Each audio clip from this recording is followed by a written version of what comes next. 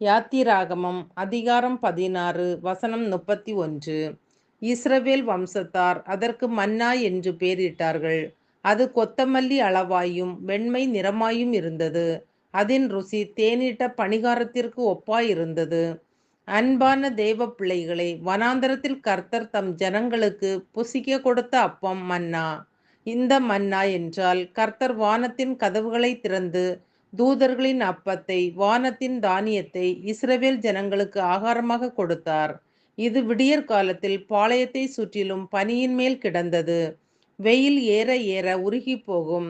இதை கெடாமல் பாதுகாக்க பனியின் மேல் பொழியப்பட்டது. ஆச்சரியமாய் இருக்கிறதல்லவா? அன்பானவர்களை, வானத்திலிருந்து அவர்களுக்கு கொடுக்கப்பட்ட அப்பமாகிய மன்னா வார்த்தையாகிய இயேசுவை குறிக்கிறது. ஆகவேதான் இயேசு, நானே வானத்திலிருந்து இறங்கின அப்பம், ஜீவ அப்பம் நானே என்றார்.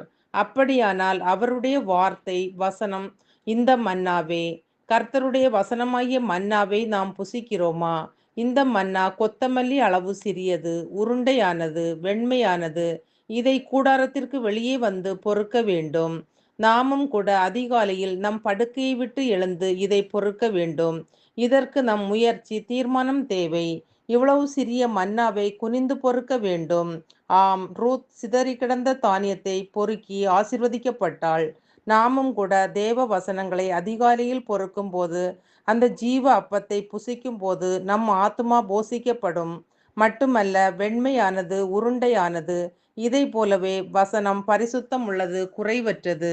இது தேனிட்ட பணிகாரம் போன்ற ருசியானது. புது ஒலிவ எண்ணெயின் ருசி இருந்தது. ஆம், வசனம் தேனிலும் தேன் கூட்டிலுமிருந்து ஒழுகும் தெளி தேனினும் மதுரமானது. இந்த மன்னா 40 வருடம் கொடுக்கப்பட்டது. கானான் தேசம் சென்று சேர்ந்த உடனே மன்னா நிறுத்தப்பட்டது. பிறகு பயிரிடப்பட்ட தானியத்தை புசித்தார்கள். ஜெபிப்போம். அன்பின் பரலோக பிதாவே, இந்த நாளுக்காகவும் இந்த சத்தத்தை கேட்கிற ஒவ்வொருவருக்காகவும் உமக்கு நன்றி அப்பா. இந்த உலகத்தின் பாடுகள், பிரச்சனைகளால் எங்கள் ஆத்துமா சோர்ந்து போகாமல் நாங்கள் ஒவ்வொருவரும் அதிகாலையிலே வசனமாகிய அப்பத்தை புசித்து தியானித்து பலனை பெற்றுக்கொள்ள ஆவியானவர் தாமே எங்களுக்கு உதவி செய்வீராக. இயேசுவின் நாமத்தில் பிதாவே, ஆமீன். வசனம் தான் பசியாற்றும் உணவு,